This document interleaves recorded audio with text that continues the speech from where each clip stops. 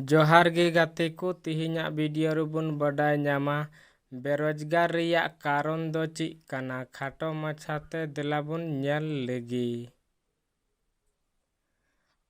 आबुआ दिसम रे बेरोजगार रिया आयमा कारण मिनाआ। 1 नंबर दिसम पड़ा रे हर से जनसंख्या अडी बढ़ती वकाना।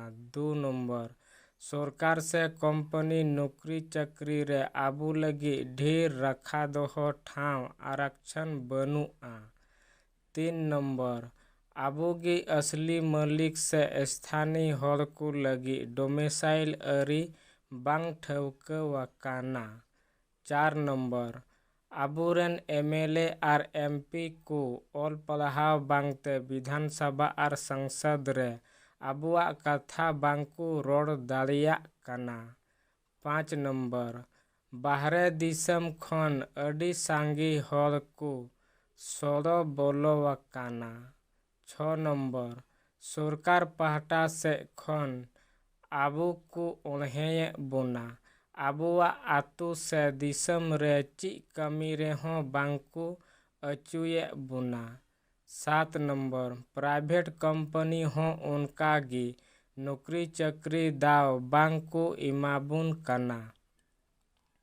8 नंबर आबूरन एमएलए से एमपी गोंके को आबुआ रोजगार लगी नासी हो बांको रिकईदा उल्टा आबूगी भणी बुन रिया को रिकईदा। 9 नंबर राज अरी दल हो आबू एले बुन रिया गी को कमी काना। 10 नंबर बड़ी सेचे होरा खातिर ते सेचे काते हों सरकारी चाकरी रिया ठाव बांग बु ᱧᱟᱢ दाड़िया काना। 11 नंबर ओड़ा बिरित लाहांती लगी सरकार ची हों बाय रिकईदा।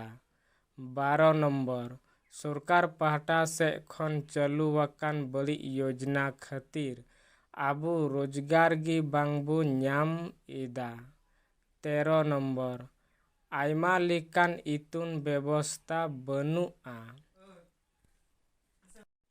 14 नंबर नहा चास बास व्यवस्था लेकाते दा बिजली खन रेना मुर्गन आर चास इतुन रिया सुविधा बनुआ। 15 नंबर संविधान रे ऑल अकान आबू बखरा रखा दोहो हक ऐदर बांगबू ᱧाम दाड़िया काना।